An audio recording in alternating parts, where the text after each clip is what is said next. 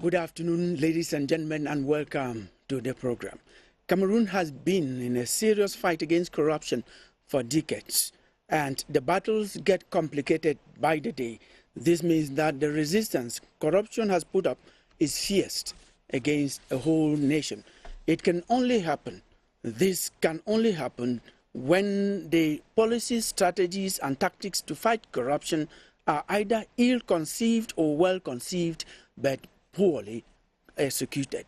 Heads of anti-corruption commissions in Africa met in a conference this week in Yaoundé to see how artificial intelligence can be used to control corruption. That will be our focus on Press Hour today. I am Kilian Ndandifon, and this is Press Hour.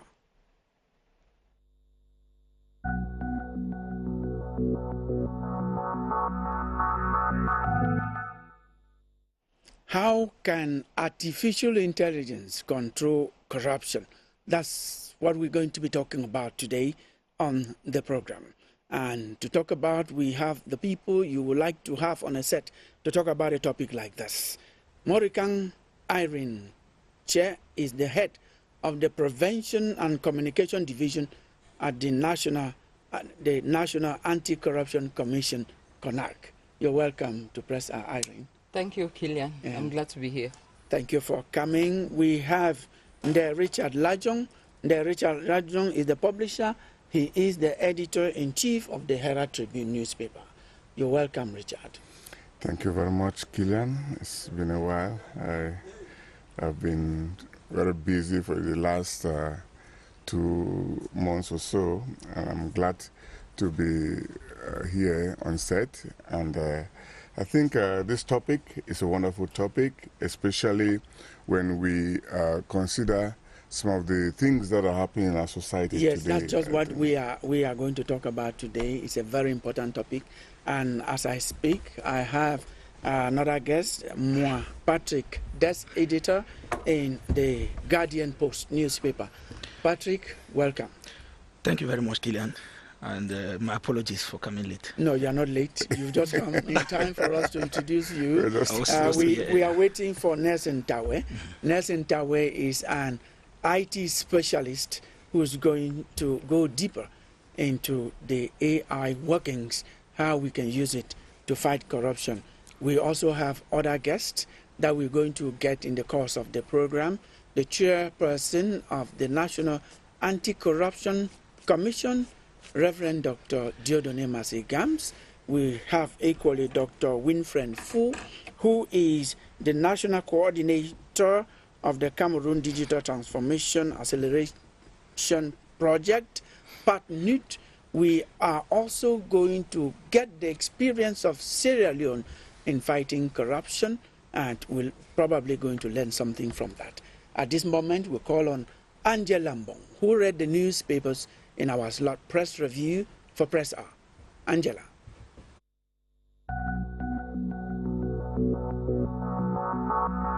The death of former Speaker of the National Assembly, the Right Honorable Kavayege Jibril, has dominated newspaper headlines this week. Cameroon Insider notes that the veteran lawmaker, who spent 33 years at the helm of the lower house before his replacement in March, died in Mada Tokombere subdivision in the Far North region and was laid to rest the same day, according to Muslim tradition. Municipal updates equally reflects on the life and political journey of the late Kavayege Jibril, portraying him as a CPDM political baobab who has served as Member of Parliament since 1973. Away from politics, Cameroon Insider focuses on the fight against corruption, highlighting discussions at the Commonwealth Anti-Corruption Conference in Yaoundé. The newspaper indicates that delegates at the gathering advocated for the use of artificial intelligence to outsmart corruption networks. On its part, Cameroon Tribune shines the spotlight on CONARC's proximity approach, noting that delegates at the conference praised the anti-corruption body for achievements ranging from financial recoveries to arrests and improved market regulation. Innovation remains a major talking point in the press this week, with the Horizon informing readers that Cameroon hosted its first National Road Safety Forum centered on artificial intelligence. Meanwhile, the restructuring of the electricity sector continues to attract media attention. Cameroon Insider describes the task ahead for the newly created Cameroon Electricity Corporation, SOCADEL, as an uphill battle. The publication highlights the 100-day mission handed to the new management team to improve efficiency. In the far north region, Cameroon Tribune takes readers to Yagwa, where the Viva Logon project is steadily taking shape. An interministerial delegation that visited the site observed that infrastructure under construction are expected to boost agricultural production and improve incomes for youths and women.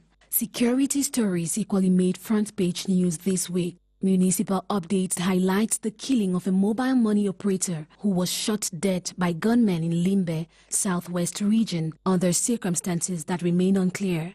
Elsewhere in the southwest region, the Sun captions another tragedy in Mutengene after a heavy-duty truck rammed into cars and motorbikes, with human casualties still being established at press time. In the northwest region, the Herald Tribune reports on the installation of Fongaforbe V as the new traditional ruler of Meforbe in Santa subdivision, with renewed calls for peace and development. From Santa Tunguti subdivision in Kupe-Maninguba division of the southwest region, the Herald Tribune draws attention to growing tension in Manyemen village following the discovery of an abandoned grave dug under mysterious circumstances. The Median, however, features a reaction from senior journalist Franklin Sonebayen, who dismisses allegations linking him to the incident, describing accusations circulating on social media as blatant lies. Still in the southwest region, the Post highlights calls by chiefs of the region urging the new Speaker of the National Assembly, Honorable Theodore Datuo, to use his office to seek solutions to Cameroon's sociopolitical challenges. In education, The Sun reports that the Cameroon Opportunities Industrialization Center has graduated over 1,000 job creators expected to contribute to national development.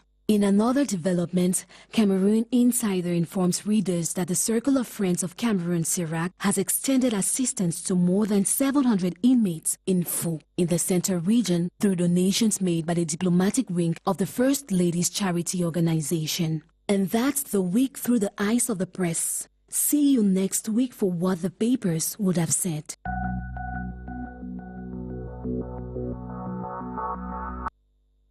Thank you so much, Angela. We look forward to having you in our next edition of Press Hour. On Press Hour today, ladies and gentlemen, we want to remind you, our topic is how can AI, artificial intelligence, be used to control corruption that for decades we are unable to break the neck in Cameroon.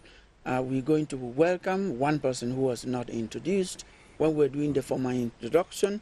Nelson Tawe is... Tache Nelson Tawe, that is a title, traditional title. That's well, right. I give to you because you deserve it. That's right. Yes, you are an IT specialist. You're welcome. Thank you very much, Kilian. You're most welcome. Thank you now, very we much. delve into our topic, our subject of today is how can AI, artificial intelligence, be used to control corruption. Now, I'm going to ask the first person on the set, Morikang Irene Chair, who is the head of the Prevention and Communication Division of the National Anti-Corruption Commission. So how is the fight against corruption going on in Cameroon? You are the communication officer. Thank you, Christian. Kilian, excuse me.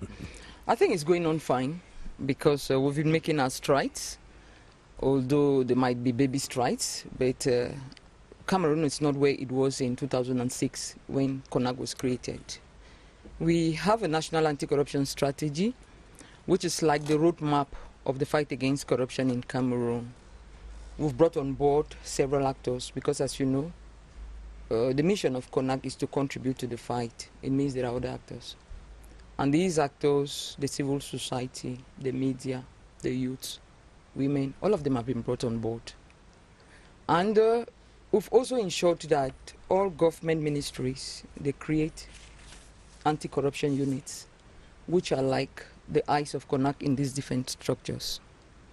So, through all of this, we've been able to move the fight from the background. Because before, corruption used to be a taboo subject in Cameroon. to talk about it was even a problem. But now we debate about it freely. The public is aware that corruption is not good. And again, the public is adopting positive attitudes. Resistance is more. Because over the years, we've seen that there's been an increase in denunciation. An increase doesn't necessarily mean that corruption has increased. It means people are resisting more, people are reporting more, because they believe that when they report, something will change. In fact, I can go on and on, but the different annual reports that are produced by the National Anti-Corruption Commission, they do indicate that we've moved from a period of silence to a period where people can talk. From a period when nothing was done to a period where there are visible actions. Yes. But we know that a lot still needs to be done. Now give us visible actions on the field. Visible actions on the field. Let me just take the period between 2025 and 2026 now. We carried out some initiatives which are like innovative. We carried out anti-corruption clinics. This is one of our flagship activities because it's one of the rare occasions that CONAC has which it can actually initiate judicial proceedings because people are caught in the act of corruption. You know, any structure is as good as the text that regulates it. CONAC's text, we can investigate, we can educate, we can communicate, sensitize, we carry out our reports and we send them ahead. But when the corrupt are caught in an act of corruption, we have the possibility to take them to face the law. And this is what the anti-corruption clinics have done. Last year, we had 2 anti-corruption clinics, and we sent over 20 people to the courts. And some of them have already been prosecuted, and they are now in jail. Similarly, there are some corruption phenomena that were considered as normal in Cameroon. When government subsidizes kerosene, for example, you go to the filling station, you see families lined up to get the 10 liters that the government has allocated for each family. But what happens in the night? You have traders, you have business persons who have bakeries and other facilities. They go and they buy this fuel that is subsidized by the government for households at the same price that is meant for households. Because for each liter of fuel sold at 350 francs, the government puts in 420 francs. And if these wholesalers or these business persons who are expected to go and buy at the petroleum depots, if they buy from the different filling stations, that's when scarcity comes in, because they won't buy 10 liters. So last year, I'm getting to that, last year in September, through media reports, CONAC realized that there was scarcity, which was almost degenerating into a social crisis. And we organized a rapid intervention in more than 50 filling stations in Yaoundé and around Yaoundé. Over 15 stations were stilled, and the government recovered over 60 million francs. In addition, fuel was now available for household, because since then we've not had scarcity again. That's just one. Let me take another act of corruption which is considered as normal. The Women's Day fabric. People think it's normal that they can buy it for 15,000, 20,000, but no. This is fabric that is homologated to be sold at 10,000 francs. So this time, CONAC decided to burst the abscess by going behind those who've decided to retail this fabric at 15,000 francs. So people were arrested, stocks and stocks of the material seized, and sold at the homologated prices to people. So you can see these are just some of the activities that, the most recent ones. But over the years, we've been carrying on investigations, we've been educating the public, and the fruits are there to show.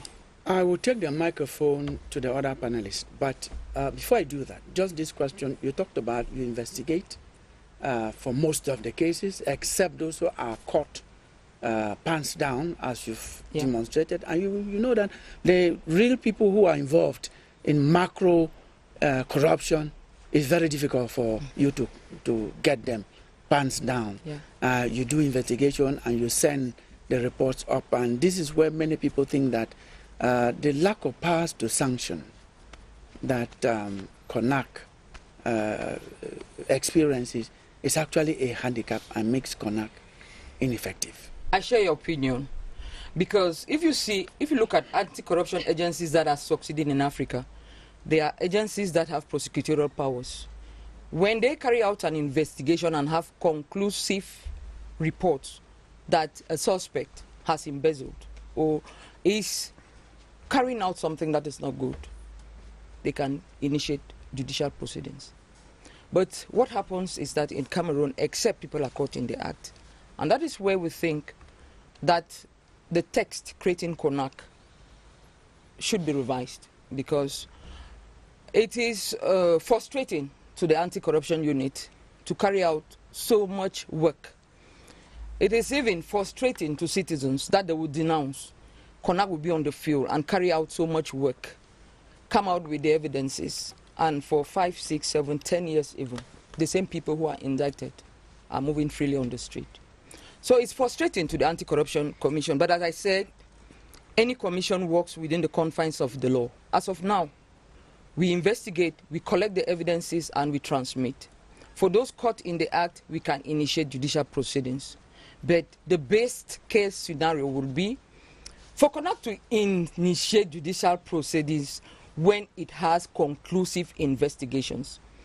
This will actually make the public be confident that something is being done and something can change. Because that's the feeling we get when we go out on anti-corruption clinic, because you denounce in the morning and by the evening someone has already been arrested and be arrested. Those are the type of things we want. So it is also a problem for CONAC to know that it can investigate someone, bring out all the evidences, and still wait and wait and wait for that person to be made to face the law. We are going to get the examples of some countries that have had progress much more than we have in Cameroon in the course of the program, and that's going to be a kind of comparative look at what is happening across Africa. But before now, Patrick, when you listen to Irene, and then you look at what is happening in Cameroon, she started by saying that the public has, by and large, accepted from the bottom to the topmost citizens of the country that there is corruption, but it persists. When you listen to Irene, what impression do you take home? And we are going to go to AI. We are looking at corruption generally for now. Well, I should admit that progress is being made in the fight against corruption, but I think so far it's not good enough. Not good enough because despite all the institutions that have been put in place to fight corruption, we have at least 4. Corruption still persists, which means at the end of the day, something is not going on well. Maybe perhaps the strategy put in place. You made mention of the fact that there are some countries in Africa that are making progress. It will not be a bad thing for us to copy from the good examples across Africa. As I speak, funds looted by former Nigerian President Sani Abacha are still being repatriated from foreign banks several years after he left office. Looted funds. And I think that we should not only fight corruption with people who are still alive, for example, still in office and all of that. We know people who have embezzled so much in this country that have gone to retirement and are enjoying that money. And again, Irene made mention of the fact that CONAC seems to be handicapped by the fact that they don't have prosecuting powers. It is true. Because if we look at a structure like the Economic and Financial Crimes Commission or the EFCC in Nigeria, they actually have a tribunal. They have powers to prosecute, which means they fight corruption from the start to the finish line. But that is not the case with CONAC, with CONSUPE, with ANIF and all of that. Midway, they have to hand their report, and that's where their responsibility ends. And so they don't take the fight to the end. Some of those reports are lying in drawers in public offices. Take, for example, the COVID gate. Investigations were done by the audit bench of the Supreme Court. Where are we with the reports from, the report that was done by the audit bench? How many years after COVID ended? These are serious issues that need to be handled when the issue is still burning. You know, some of these people, anyway, we don't wish anybody that, but some of them have died. And those files will eventually not be open for judicial proceedings. I think that if issues like the COVID gate, Olympic gate, all of these reports that are auditing that have been done and deposited at the level of the Special Criminal Tribunal, action should be taken immediately. And that is the reason why I said if institutions like CONAC had the power to prosecute. Once this report are done, investigations get to the end, those who are responsible should be prosecuted immediately. No. We have seen people in this country who embezzle so much in lower position and they were promoted. I take the case of Polycarp Baba. He never went to jail because he embezzled as Minister of Finance. He embezzled then as Director of Taxes. And you imagine that someone who embezzled as Director of Taxes was promoted to a superior institution, the Ministry of Finance, with larger budget. But when he came for his prosecution, it was about what he embezzled at the level of the taxation department. Are you saying that even as Minister of Finance he didn't embezzle? No, if he, since he was prosecuted for having embezzling he was promoted after embezzling. No, that is just to say that the process. No, the process is slow. Let's all agree on this. Slow, I agree. Don't bully me again. No, I cannot bully you. I cannot bully. I cannot bully. You cannot. Yes. I cannot bully my guests. You are my guest, and nobody bullies their guests. Outside here, you can bully me. No, I cannot bully you. So what I'm saying is, you can be. Rest assured. This is what I'm saying. Yes. If someone was prosecuted as Director of Taxation several years after, it means that even today you cannot say that he will not be prosecuted as Minister of Finance if he is investigated. That's just for somebody that's just the position I wanted was fidgeting with funds. No, that's just the position. Let me seize the microphone. I was going to ask you a specific question to identify the areas where corruption is endemic. But before then, Patrick and Irene, they raised certain things, and I think that we should bring in this person after that issue. The commissioner of the Anti-Corruption Commission of Sierra Leone. In Sierra Leone, Patrick, you raised it, Irene raised it. The Anti-Corruption Commission has powers to persecute, to execute, not to persecute, excuse me, to prosecute. Now, Mr. Francis Ben Kaifala says that Sierra Leone has adopted what they call non-judicial, non-conviction method of recovering the assets. Let us watch him. Let's follow what he says.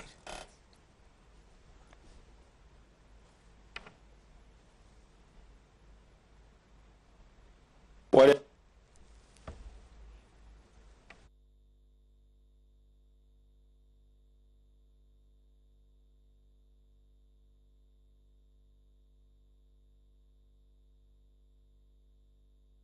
the non-conviction-based asset recovery is because really, I tell people the strength of the fight against corruption lies in what the anti-corruption agency can do. You can't rely on other people.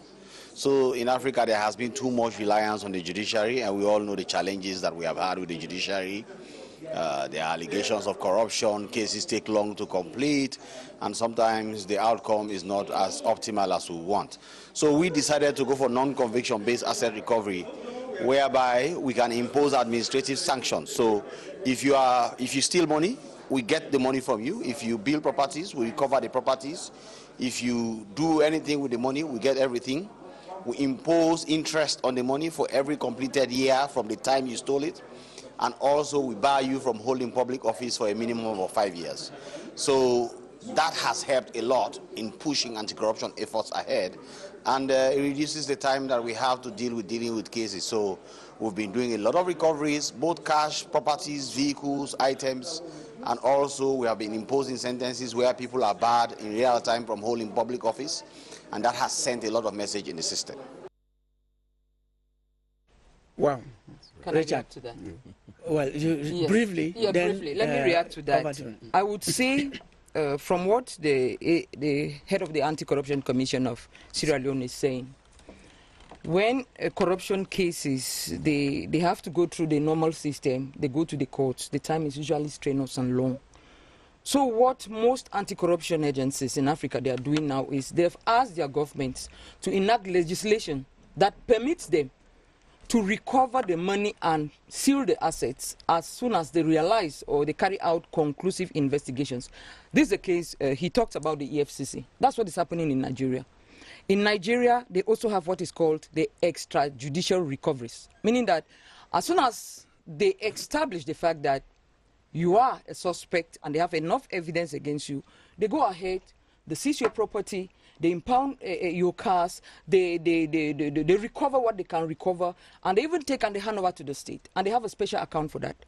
And all this money that is recovered is used to finance special projects in the country, most of it in the social areas, education, health, and everything. And now, what is very interesting is that the burden of proof now goes to the person who is the suspect.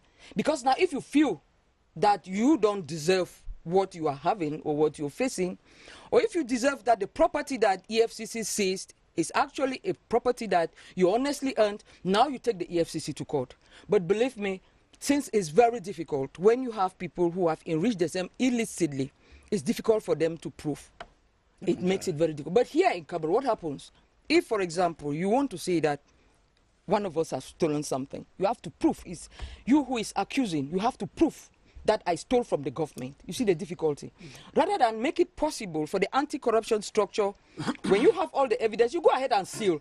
If you think that you deserve the money you have, go ahead and take the commission to court. And this is what is helping several African countries in the fight. And it all begins with a change in the law. Yeah, it can't happen here because the law doesn't permit CONAC, because they will say, why is CONAC not doing it? Yeah. CONAC cannot just get up and do it.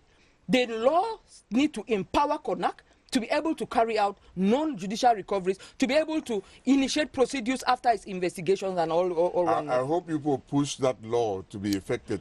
Yeah, we already have a parliamentary network that is against corruption, and we do hope that through them, and even through the government, because it's to the benefit of all when laws are implemented. Let me come back to... Yes, Richard. Yes. Which are the areas in Cameroon where corruption is so endemic and so sophisticated that it will be very difficult to uncover? First thing. Second thing, to fight. Yeah, before I get to your question, Killian, I want to corroborate Patrick earlier when he talked about people who embezzled. I mean, that some people were persecuted even after they might have left office, or that people will be persecuted when even after they have left office. And I think if we really have to do it that way, even when they're dead, we should still go for them, because we have so many mansions, so many people embezzled money that today, I mean, even the long died, but the family is still enjoying that money. So the persecution should continue until everything is recovered. And then Irene said something, sorry. Anyway, let me just go to your question. Yes. The areas where I see corruption at its whistling, I mean, at the level that it is whistling in this country, from my personal observation, we have the transport sector, we have the police, we have at the level of the customs, at the level of the Ministry of Finance. Education. Corruption in these areas is something else. I'll give you one simple example. I was relaxing with a friend a few days ago, and it was about midnight, I see a taxi come and park in front of that bar, and maybe the manager goes out and gives there were police people inside. He just goes out, puts something in his hands, and they drove off. I think that is... But you didn't now, so you should be punished for that. That is what I'm saying now, and I can tell that taxi, it is written behind that taxi, baby. No, please. No, we should denounce. We should denounce. You would have called CONAC that night. That is one. So would they respond at 1 No, that's what you should do. They will not respond. No, you're inviting Irene back to what you are saying. No, please.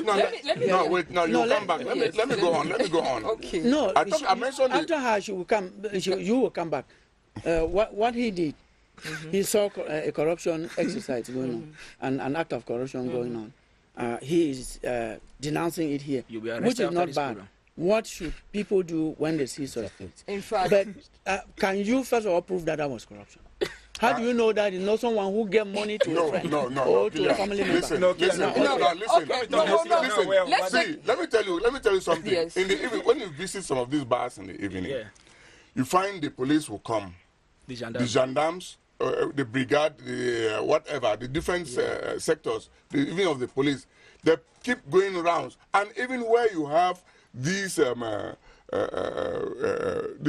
commercial sex workers, they still go there and collect money. No, they should collect more from them. So, they still go there and collect money. Thank you for the commentary. After what Richard has said, he cited some sectors, and he actually witnessed an act of corruption and did not denounce until now.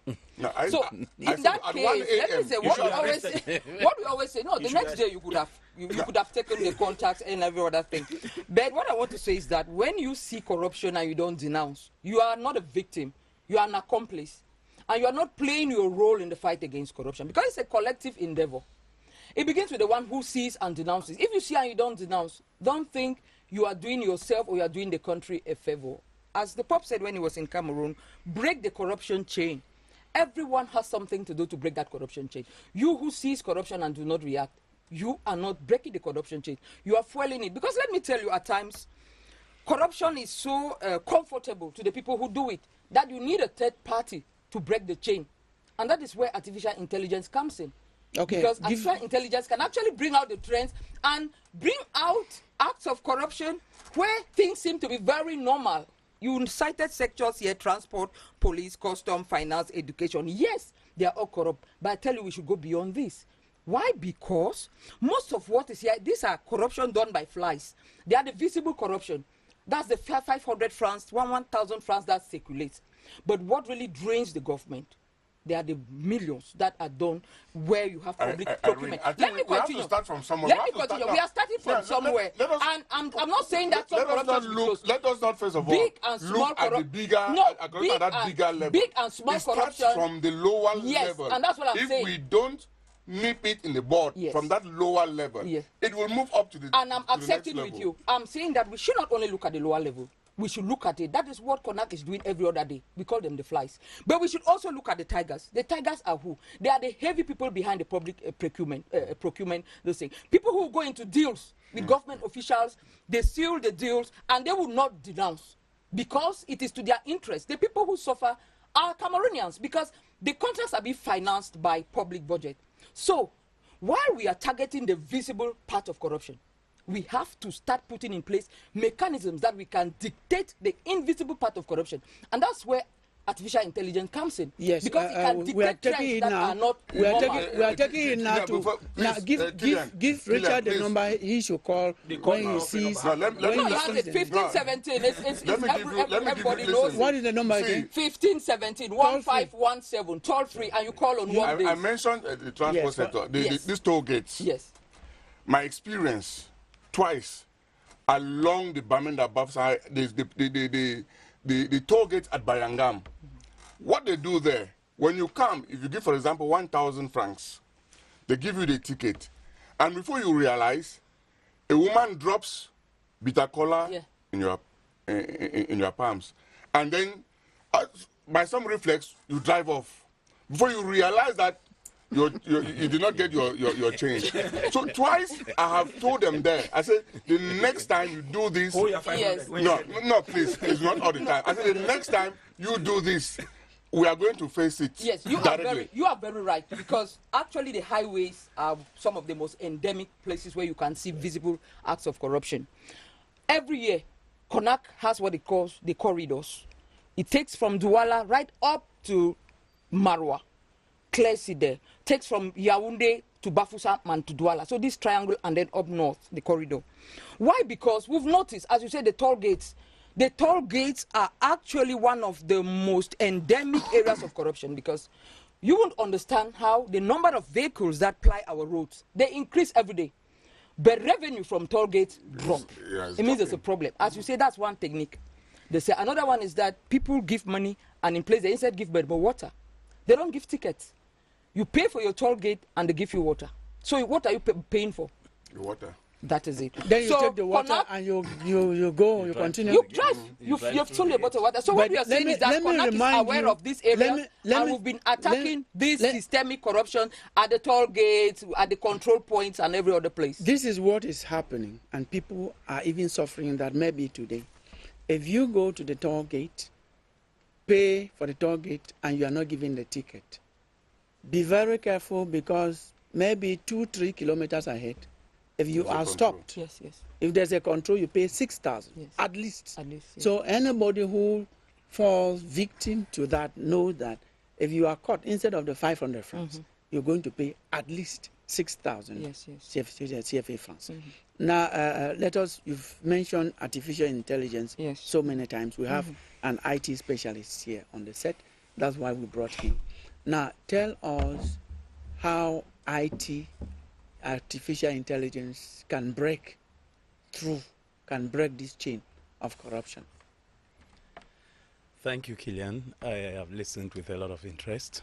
It's very, very interesting debate. Irene is good at it. Richard is okay. Please, sorry, I will give you enough time. Yeah. Richard said something. I have a contrary view. More and more transactions at the Ministry of Finance, to be very frank with you, taxation, all the other things are digitalized.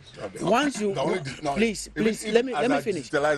See, money still changes hands, whether you like it or not. That's at the micro level. Irene is talking about. To talk about corruption at the Ministry of Finance, let us be very frank with ourselves when we make certain statements. The more you digitalize, the less corruption you have, because it is garbage in, garbage out. Yes, please. It's garbage in, garbage out. But we must recognize that over the past 5 years, the government of Cameroon has been doing a lot to digitalize its services. We have the EGLO application that has brought in payroll and career as one. Before, you know what civil servants used to go through to chase their documents for advancements and everything. That is a plus. Secondly, we have like the collapse. Online procurement. Last year alone, over 3,000 contracts were granted using that platform, and it's increasing. As of yesterday, there were already about 2,800 that were granted. That's another one. Take even the secondary education. It's as little as school fees. School fees that used to be embezzled by some principal. Today you pay it using the mobile applications. That is important. Look at what is happening even at the level of the Ministry of Finance. Most tax declarations are done online. So we are saying that a lot is being done. Because you are looking at it from the surface level. If you talk about school fees, corruption in the secondary, in the education sector goes beyond embezzlement of school fees and all of that. Talk about registration. Let me tell you, I want CONAC to get to Lycée Tukebe, Lycée Bileng, Yaoundé. During the registration period, you people know when registration is ongoing. For new students, it is from 100,000. If we know these things and CONAC is aware, and it goes beyond school fees. Nalova Lyonga is doing so well. She started this thing in the University of Buea. Digital payment of school fees. It has solved part of the exceptional. Don't throw flowers on her. She is exceptional. She has done it. Now, there is a digital person on the set, and we were just going to say, yes, how... You asked me a question, and just when I was about to get on board... There was something to clear. Please go ahead. Yes, something came up again, and there is a difference between digitalization and artificial intelligence. We have to make that difference. It has to be very clear, because you can digitalize, but if you don't inject that aspect of intelligence, artificial intelligence in it, you are just wasting time. Garbage in, garbage out, as you said. And even the AI platforms which we have today, if you insert garbage, you will have garbage out. Exactly. So there is no magic. But the good thing is that you have already inserted something. Yeah, but if you insert rubbish, what do you get from what do you mean analyze the rubbish. That's why you must insert whatever you're inserting, you're inputting in the database. That statement is too general for us to treat here. What do you mean by garbage? I'm saying that because what is going on in Cameroon now is digitalization, is putting in data. Let us define, Kilian, artificial intelligence. Yes. Artificial intelligence is using a human being to program a machine or a device in such a way that it can behave like the human being. In very simple terms, that is what artificial intelligence is. So programming that machine takes the human being, which means that if you program it the way you want, I mean, it will give you the results you want. If you program it, if you ask for people to input in the database, because the long and short of it is that you build a database, you model it, and then you start asking questions. You start prompting so that the data that is generated by that device, of course, comes from that database. Yes. If you enter the wrong data, of course, you ask for information, it will give you the wrong results. So we have to be very careful with digitalization, with the hope of probably moving towards, excuse me, transforming it into artificially intelligent platforms. This is very, very important. If we miss out on that, then we have not done anything. And now another interesting thing is the computer is either it's one, all or nothing, 1 or 0. So in our cases, like in the customs sector, in the transport sector, in the education sector, and all what we've mentioned, it is also good to quantify. If you don't quantify and say, okay, if this particular process repeats itself 1, 2, 3 times, so it can be classified as corruption, you fail. The system will not give you the results. So quantifying is also very important when it comes to artificial You are intelligence. very correct. Those are, I should say, in-depth analysis of what data in general should do, or what we do with data, artificial intelligence, simple digitalization. But we are talking about our country and other countries now, given that we actually introduce the right information and do the right analysis. How can artificial intelligence break the chain? I'll give you a very, very practical example. If you decide that in every government school, for instance, you can start with government schools or private schools. If you know that you can pay your school fees, you can get on a platform that asks you questions, because of course the prompts could also come from the system. It asks you the age of your child, you enter all that is biodata of your child. It is able to accept a code which collects money from you. You make the payment online. I mean, those are things that can be digitalized, and then you're given a receipt. Of course, the system produces a receipt for you. That way, the middle people who used to collect maybe 500 francs for you to enter the gate, 200 francs for you to sit in the secretariat, 100 francs for you to get to the director's office, all of that is eliminated. So you know that you have at least bypassed some of the expenditures which you used to, but you sit at the desk, and within a few minutes you make all those transactions, you do all those transactions, and you get out of it. Now, that's one. Irene, before you come, this is talking about something which you experienced during the conference on that using artificial intelligence to control commission. It was a conference that was summoned for the heads of anti-corruption commissions in Africa, and we have Dr. Winfred Mfu, who is the national coordinator of the Cameroon Digital Transformation Acceleration Project, PATNUD, who had a presentation during that conference, and we asked him how can we use artificial intelligence to fight corruption, break the chain of corruption. Thank you very much. What I would like to say is that digitalization is at the heart of every performance system. So if you take the fight against corruption, you digitalize it, then you are enhancing performance. The most important thing about AI is that it is an added layer on top of digitalization, whereby the system or the application is able to learn from existing data, bring up abnormalities, show patterns, and this, if the anti-corruption body like CONAC applies AI into the entire value chain, then what we are expected is to have a highly more performant CONAC that is able to, first of all, prevent cases of fraud, dictate cases of fraud, also disrupt them before they happen, and more importantly, the final analysis to be able to come to statistics, which will enable CONAC to be able to bring out new laws and other things and different tools to help fight corruption.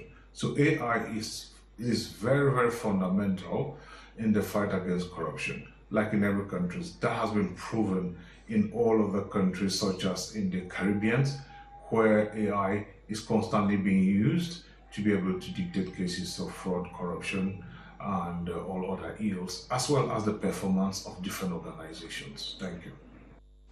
Patrick, we now know that we are moving in the same direction, in the right direction, I should say, because who is moving in the right direction, please? we as a country, because you know. Are you asking my opinion, or you are putting it on me that we are moving in the right direction? Well, if you don't feel that we are all moving in the same direction, you have the right now to say how you are going in a different direction. The microphone is yours. Thank you very much, Kylian. Yes, I think that, like I said from the beginning, we are making progress, but the distance covered so far for me is not enough. And I think that even though so much of that responsibility lies with CONAC, but like Irene said, it's a collective fight. The fight is for everybody.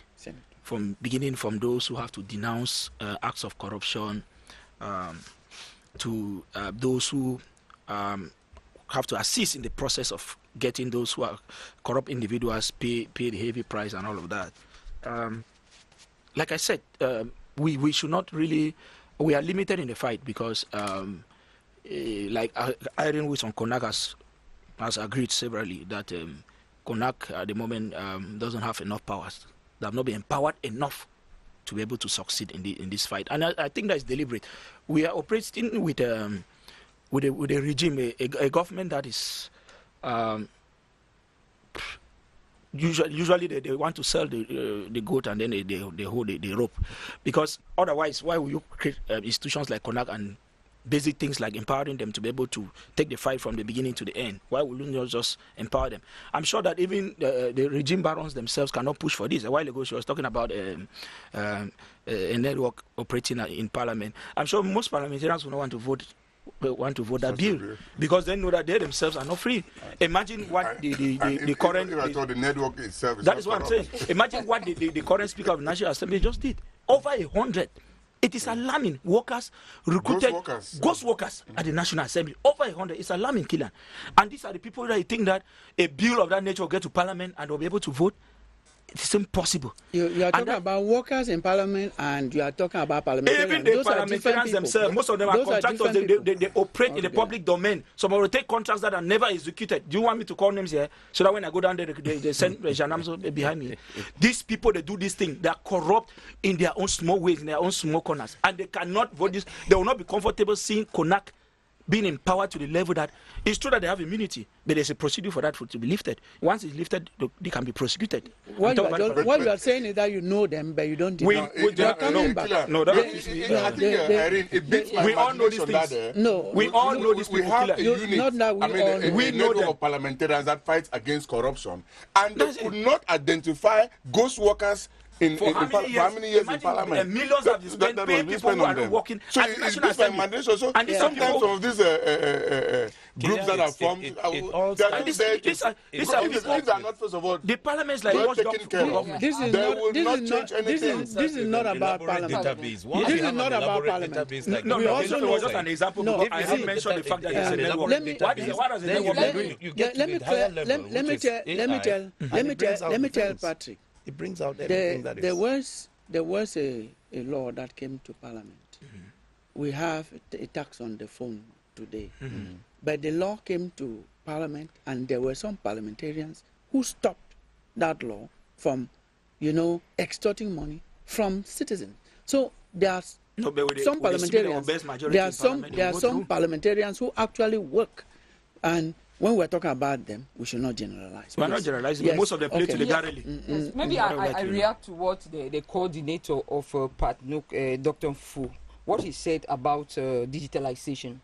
Actually, at CONAC, we believe that digitalization is one of the most effective forms of prevention, because it makes corruption very, very difficult to take place. When everything has to go digital, there would be a limited number of human contacts, because, you know, corruption is also fueled by human contacts. When you have to work just with the machines, it's so difficult to be corrupt or to corrupt a system. And as he said, you go beyond the digitalization to the level of granting your information enough intelligence to be able, your system enough intelligence to be able to analyze your information. And I tell you, that's where the wonders come in, because data that can be analyzed by humans for a month can be done using AI in a matter of seconds. And you can be able to detect trends in a matter of seconds. So all the corruption that at times goes uncovered can be uncovered.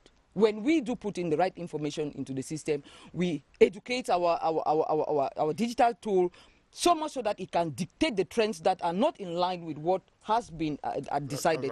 So what I'm saying is that garbage in, garbage out, we are still to get to that, because we are currently, let me take the case of Konak. Let me take the case of Konak. Yes. Konak is currently digitalizing its all its reports that has been compiled over the past 20 years, because Konak started in 2006 and effectively began work in 2010. So after the digitalization, then we'll move on to the next step.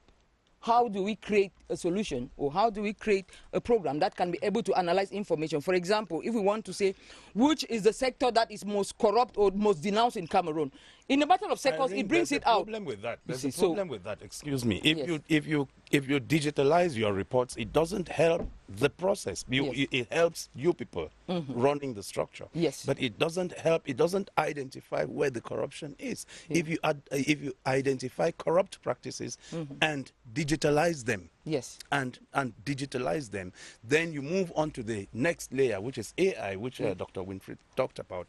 You move on to the next layer, which is AI. You inject that aspect of AI that filters now and brings out the elements that are of importance. Yes, actually, we are getting to that. For example, in EFCC, that's why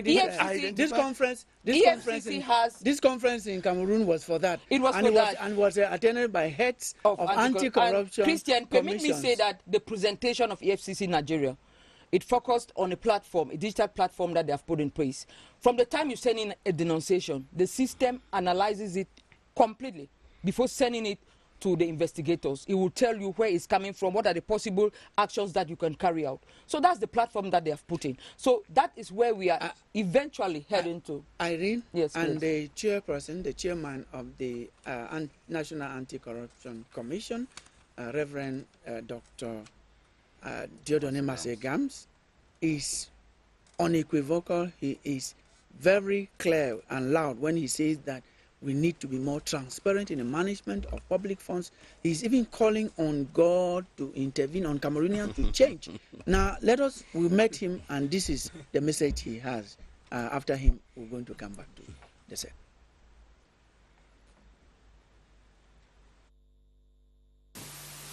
The attention of Cameroonian is called for transparency management of public funds, private services, and public services.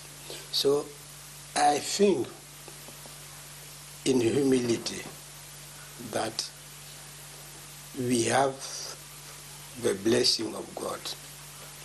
God has chosen this year to call attention of Cameroon to change. If they cannot change, then there will not be another occasion for Cameroonian to benefit the grace of God. That's my point of view. And humbly, I say that I have to assume the responsibility, but I cannot do it alone. Those who are around us, those who decided to choose me like the president, will ask me, what is the future? What is Cameroon doing for the fighting against corruption? What is the ranking that the Cameroon has now after the departure of this 60th conference? I think that we have to evaluate. It is time for Cameroon, for responsible of Cameroon, for civil citizens, for private citizen, the time has come to evaluate really the fight against corruption. And as I used to say, fighting against corruption is not something which is a political slogan. It must be a reality. If we must be transparent, we must adopt integrity like the main way of the behavior of every citizen at all levels, beginning by the family, to schools, to other structures of our country. Then we can have the best result. The best result is what? The best result is that Cameroon can enjoy in his country the big riches that we have in this country, and the management must be really transparent. If not, it will be a fail for us, and we cannot have another occasion so as to challenge this preoccupation. Thank you so much. It shouldn't be a political slogan. Cameroonians have to show proof of integrity, each person at their level, for us to be able to fight corruption. We are going to phase out the way forward, beginning with you, Patrick. We have 2 minutes. Yes, I think in course of our discussions here, we have been mentioning some of the recommendations on the way forward in the fight against corruption. Like I said at the beginning, Kodak should be given full powers to fight corruption. But beyond that, I think that, like, just to cue in from where Reverend Masigams ended, talking about integrity, talking about collective responsibility, and going beyond, looking at the fight to be something beyond a mere slogan, because the slogan cannot fight. So we have to be practical. I agree regularly with Patrick, help others. Yeah, just 1 second. Yes. I agree regularly with Tumfo Barrister Nico Hale on his approach to combating corruption, because for him, he thinks that corruption is more dangerous than all the killer diseases that exist in this world: HIV, hepatitis, syphilis, all of that combined. Because if you look at the dangers of corruption, taking, for example, into consideration, somebody embezzling money meant for the construction of a public hospital. Yes, it's too bad. Several people from having access to healthcare. It's too bad. So yes, if you look at the connection, you see that corruption is a serious issue. Help control corruption in Cameroon? Yes, it can. But we have an uphill task. We have to build a reliable database. We have to factor in that upper layer, which Dr. Winfred talked about. The AI aspect has to be specific and clean. And then we also have what I have always hammered on: education. Let's educate our masses, because if you don't educate the masses, that particular platform which helps us analyze and identify corrupt cases will not be put Education is the greatest tool for civilization. Important. Yes, Richard. Yes, while we conscientize ourselves about corruption, to make sure that whatever belongs to the community, that community should benefit at what is supposed to be theirs, and not an individual. And finally, we have been saying this several times, let CONAC be given the full powers to be able to persecute or prosecute those who are found guilty pilfering from the state. Thank you so much. The last word goes to the one lady that we have on the set, Irene. Yes, I think the other panelists have said it all. It's an inclusive fight. It's an inclusive fight because a structure or two structures cannot do it all.